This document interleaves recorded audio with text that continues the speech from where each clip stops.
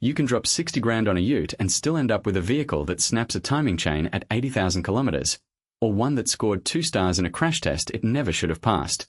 The badge on the bonnet tells you almost nothing about which one you're getting.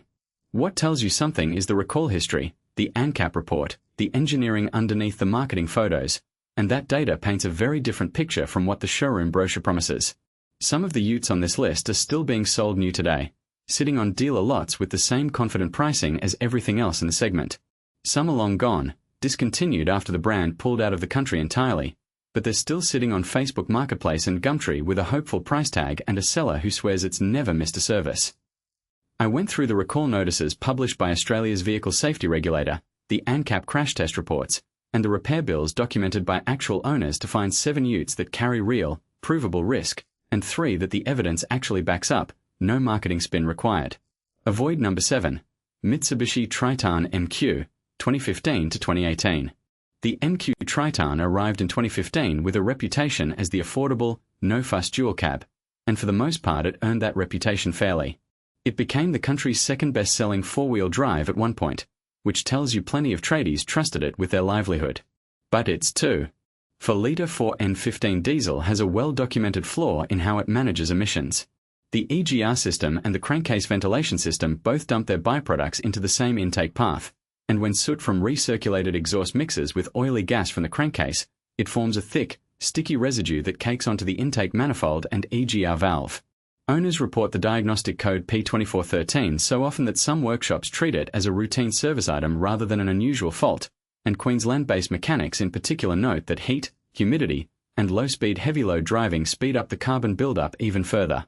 Left unaddressed, it causes rough idling, sluggish throttle response, and eventually forces the vehicle into limp home mode on the side of the road.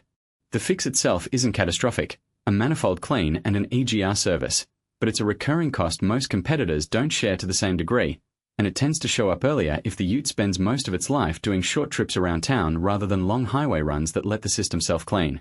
If you're eyeing an MQ, budget for an intake clean every service interval, not just once when the warning light finally comes on.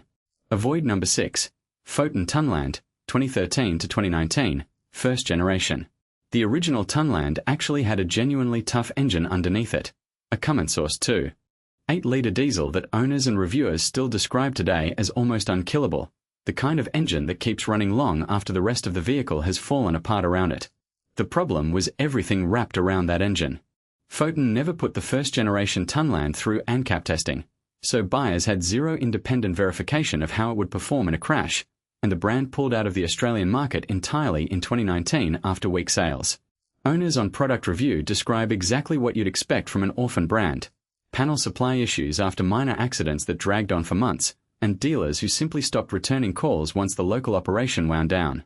One long-term owner summed it up bluntly on a public review: a genuinely good engine let down by a support network that evaporated the moment sales slowed. If you're looking at a used first-generation Tunland now, you're not really buying a Photon, you're buying a Cummins engine with no factory backup behind it. Photon has since relaunched in Australia under a different distributor with an all-new model from 2026 onward, but that's a separate vehicle entirely, and it doesn't undo what the earlier owners went through when the brand walked away. Avoid number 5, Holden Colorado RG, 2012 to 2020. The RG Colorado's turbo diesel engine is generally solid and shares its basic architecture with several other GM diesels sold worldwide. Its petrol V6 variant is a different story. It's notorious in workshops for stretching its own timing chain, a known design fault that dealer service advisors have acknowledged for years, sometimes quoting owners more than $4,000 for the repair once the vehicle is out of warranty. Beyond the drivetrain, owners have also flagged fit and finish issues with the factory-hard tonneau cover, where the fiberglass panel can shift on its hinges over time and stop the latches lining up properly, a small thing individually, but symptomatic of a vehicle that wasn't built with the same tolerances as its Japanese rivals. What you can't fix with a service, though, is the bigger problem. Holden shut down as a brand in Australia in 2021. Genuine part supply is drying up year by year, dealer service centres have closed their doors, and resale value has taken the hit you'd expect from an orphan nameplate with no factory support left standing behind it. A diesel RG that's been well maintained can still be a capable trader ute for the right price. But you're buying into a shrinking parts pool with every passing year, and that's a cost that never shows up on the odometer until you actually need the part.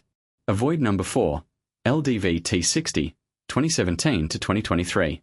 The T60 undercuts everything else in this segment on price, and on paper the tray size and equipment list look generous for the money. It's one of the longest tubs in its class, and the spec sheet reads like it's punching above its price bracket. The reality on the ground has been messier. A T60 owner in Australia recently won a legal ruling against LDV over corrosion issues that the dealer network had initially dismissed as environmental rather than a manufacturing defect. Product Review is full of documented cases where owners cite the Australian Consumer Commission's consumer guarantees just to get warranty repairs actioned at all.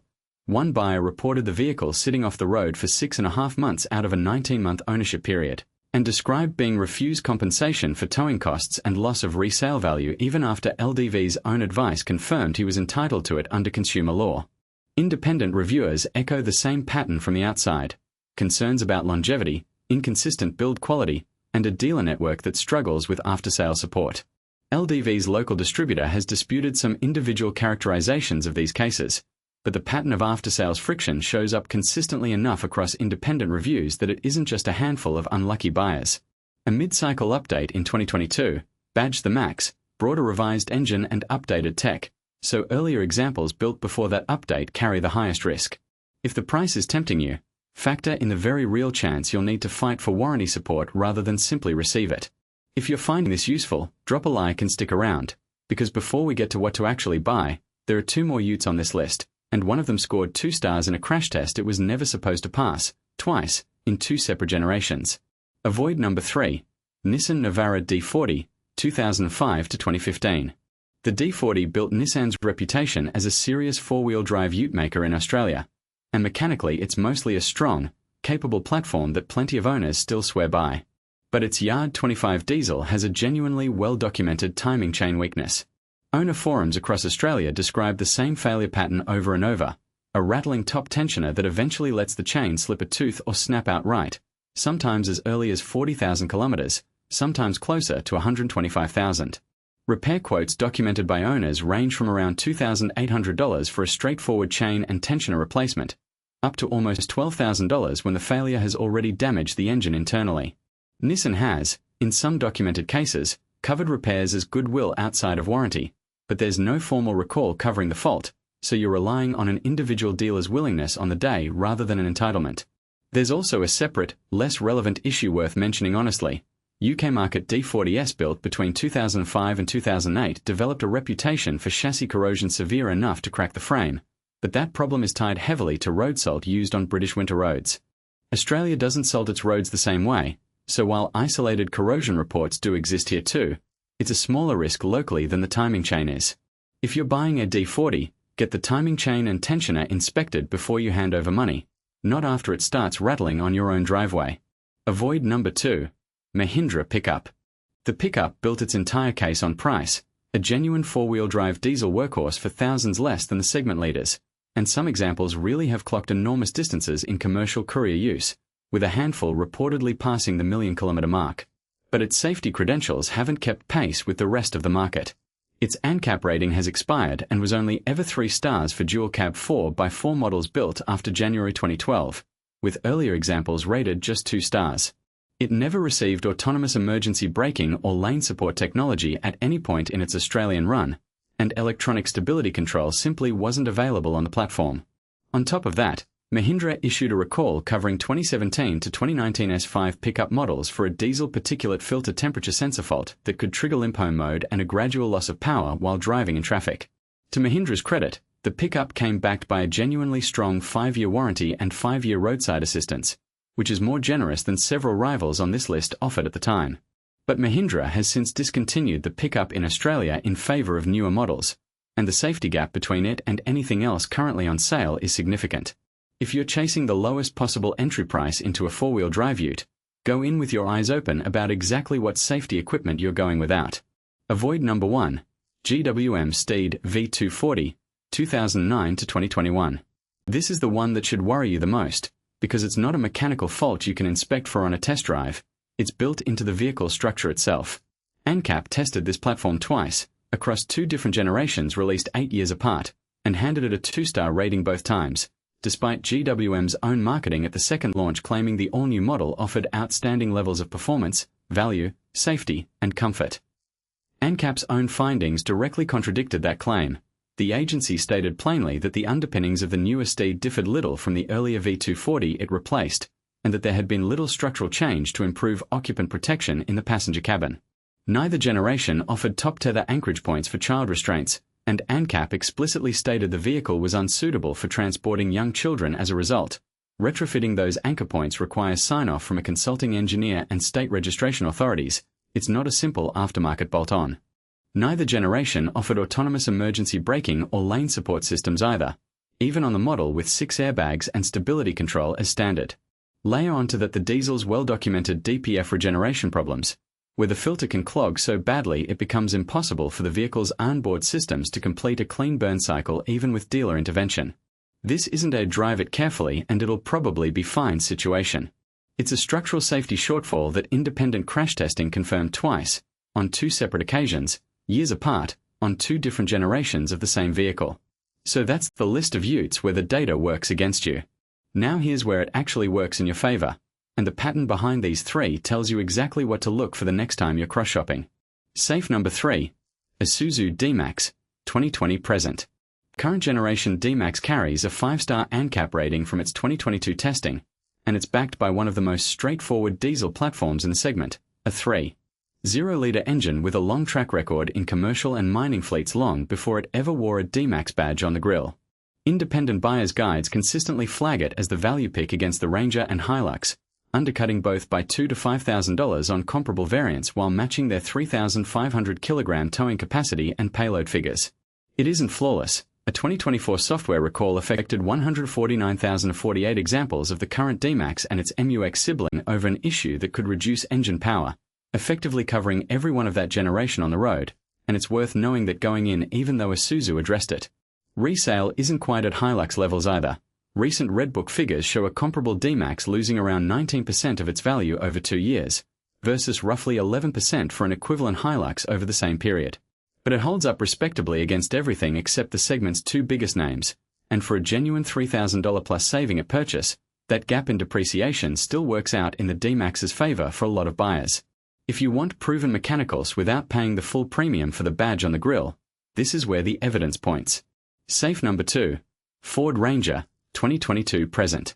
The current Ranger leads most independent buyers' guides outright heading into 2026, thanks to a genuinely refined cabin, a 600 Nm V6 diesel option, and what's widely regarded as the segment's best shifting automatic transmission. To this channel's credit for staying honest even about the UTES it's recommending, it's not spotless. Ford recalled roughly 13,490 examples of the Ranger and its Everest SUV sibling, built between 2022 and 2025, over a manufacturing defect in the V6 diesel's left-hand engine camshaft sprocket that could fracture and cause a sudden, complete loss of motive power while driving. Ford's own recall notice was direct about the risk, warning that a sudden power loss while driving increases the chance of a serious accident. Critically, the fault only affects vehicles fitted with the 3.0-liter V6 Lion engine, not the more common 4-cylinder biturbo, and Ford identified and addressed it through the proper regulatory channel rather than letting it go unreported. That's the meaningful difference between a manufacturer catching and fixing a fault versus one that lets it fester.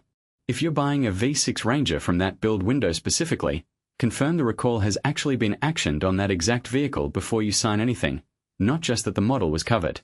Safe number 1. Toyota Hilux, all recent generations. Hilux earns the top spot not because it's the most advanced ute on sale. By most measures it's the oldest platform in this entire segment, last substantially updated back in 2018, and several reviewers openly note its 6-speed transmission and older infotainment feel a generation behind the Rangers. It earns the top spot because the data on long-term durability and resale is almost unmatched anywhere in the Australian new car market.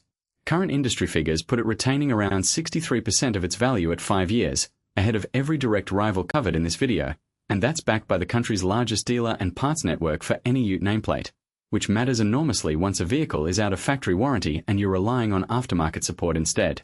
Even Toyota isn't immune to recalls, and being upfront about that matters just as much here as it did with the Ranger.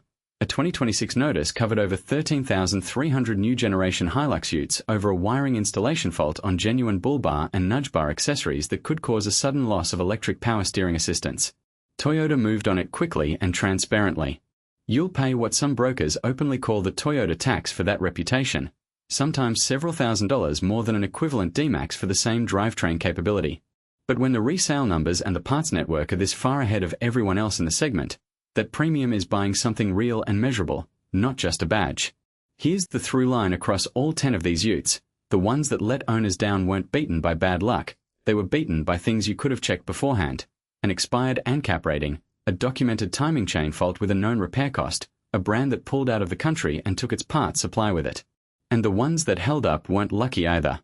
They're backed by crash data, recall transparency when things did go wrong, and resale numbers that don't move much no matter which state you're selling in or who's buying. Next time you're cross-shopping a used ute, pull the ANCAP report and the recall history before you pull out your wallet. It takes about 10 minutes on your phone and it tells you more than any test drive around the block ever will. If you want to know which of these models actually hold their value best over the long run, the video on screen now breaks down the real depreciation numbers, model by model, using the same kind of verified data you just watched.